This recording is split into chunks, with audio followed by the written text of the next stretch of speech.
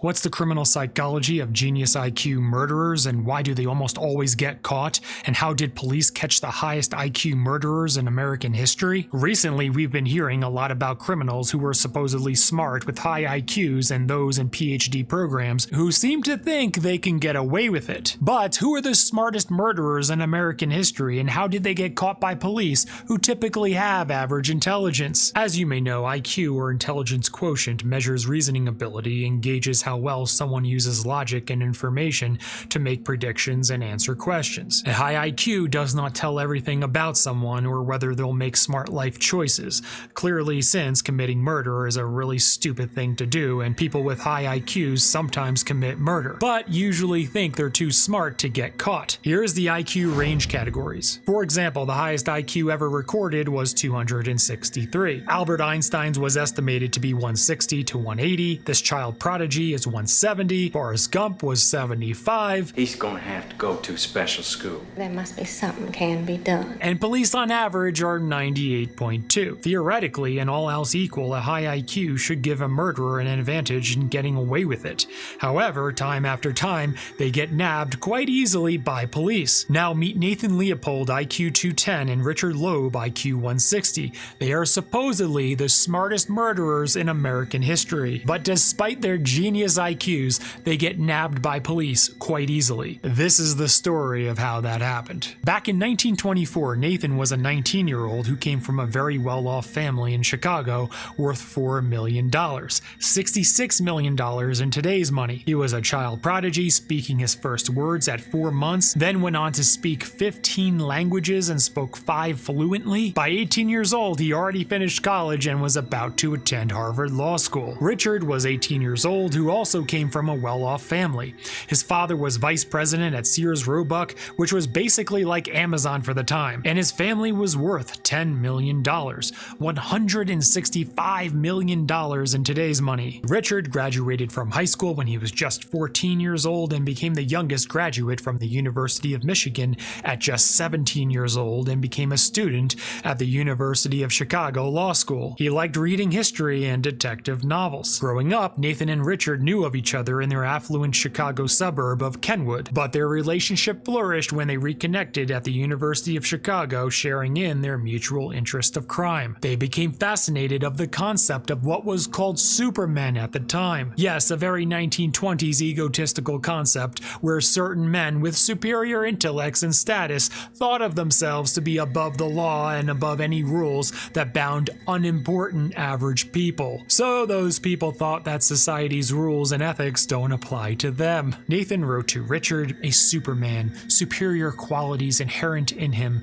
exempt from ordinary laws which govern man. He is not liable for anything he may do. I wonder where Nathan got that idea from. Possibly from watching his father from a very young age throw dinner plates of food at their butler for not cooking his filet mignon perfectly to his liking. Anyway, the two started out with petty theft and vandalism, breaking into fraternity houses, stealing penknives, a camera, and a typewriter, then criminals spinning their way up to arson, but their crimes still did not receive their desired media coverage, which quite annoyed them. So they decided to execute what they thought would be the perfect murder that would not only give their actions their desired media attention, but would also confirm their fictitious Superman status. You may be thinking, for two guys that are supposedly geniuses, they're acting quite stupid. True, but an individual's raw intelligence is just one tiny contributing piece of what results in their actions, thoughts, and desires. Many times people do not act based on sound logic, judgment, or reasoning, which are the qualities that are attributed to one's intelligence, but instead people act based on emotion, hubris, arrogance, and insecurity. As you can tell, very little logic, judgment, or reasoning is going on with them here. However, their hubris and arrogance is causing them to rationalize something that is completely reckless and stupid,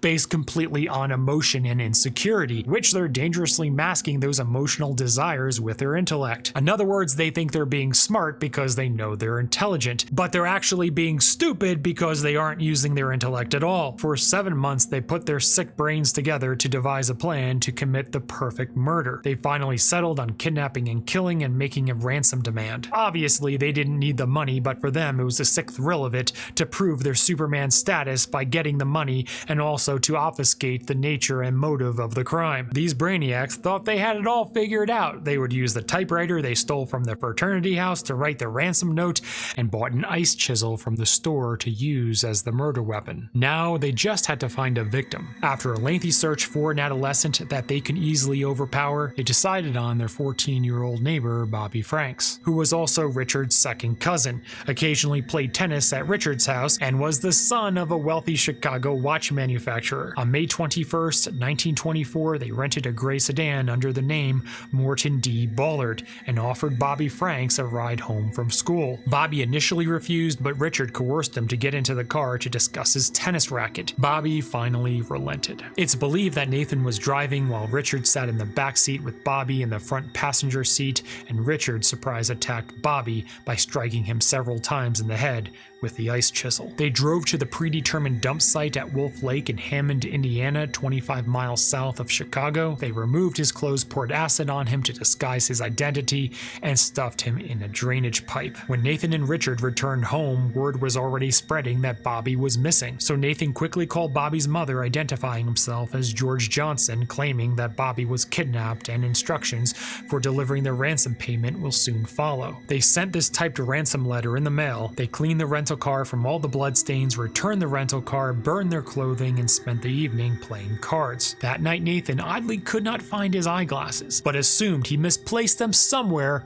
and dusted off a spare pair. The next day, when Bobby's mother received the ransom letter in the mail, Nathan called Bobby's mother a second time and gave further instructions for ransom payment. But since Bobby's family was so nervous, they forgot the address Nathan gave them to receive the next set of ransom payment instructions. However, Bobby's body was soon found by police, and Nathan and Richard abandoned the ransom payment scheme. At this point, Nathan and Richard actually thought there was no possible way they would ever get caught. But how do you think they got caught? You know how I said earlier that Nathan lost his eyeglasses? Yes, genius Nathan, with an IQ of 210, left his prescription eyeglasses at the dump site. Although initially the police stupidly assumed the eyeglasses belonged to Bobby and put them on Bobby for his wake. However, at the wake, Bobby's family told the funeral home that those weren't his glasses, which finally gave police the idea to look into whose glasses they could be. They found that only 3 eyeglasses with that exact hinge were sold to 3 people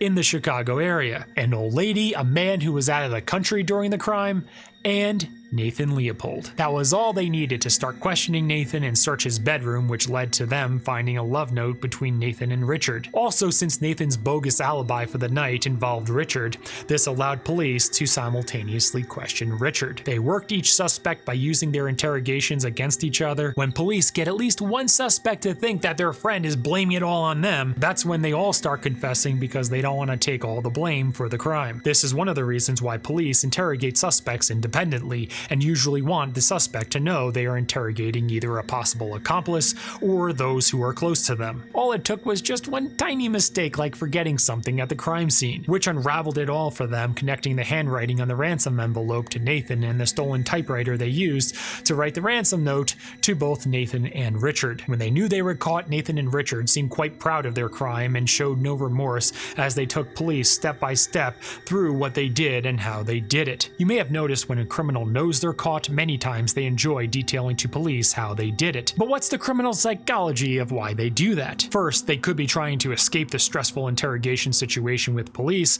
since they know the more information they provide, the less stress they will feel. Also, many times they are proud of their crimes and want to feel like they are reliving the crime by walking someone else who is extremely interested in what they did through what they did. Lastly, many times they feel like it's a game, and telling police how they did it and how they evaded them is rewarding to them to boast how they got away with it for as long as they did. Both Nathan and Richard were sentenced to life in prison plus 99 years, even though much of the public thought they should be put to death. Richard died at 30 years old when he was attacked by a fellow inmate with a straight razor in the shower room in 1936. Nathan was paroled in 1958 when he was 54 years old and lived out the last 12 years of his life in Puerto Rico. Married a widow, earned his master's degree, taught classes, continued bird watching, wrote a book on birds, and studied leprosy at the University of Puerto Rico, medical school. Nathan died when he was 66 years old from a diabetes-related heart attack in 1971. Even though police made the stupid assumption that the eyeglasses belonged to Bobby, it didn't matter because time is on law enforcement's side,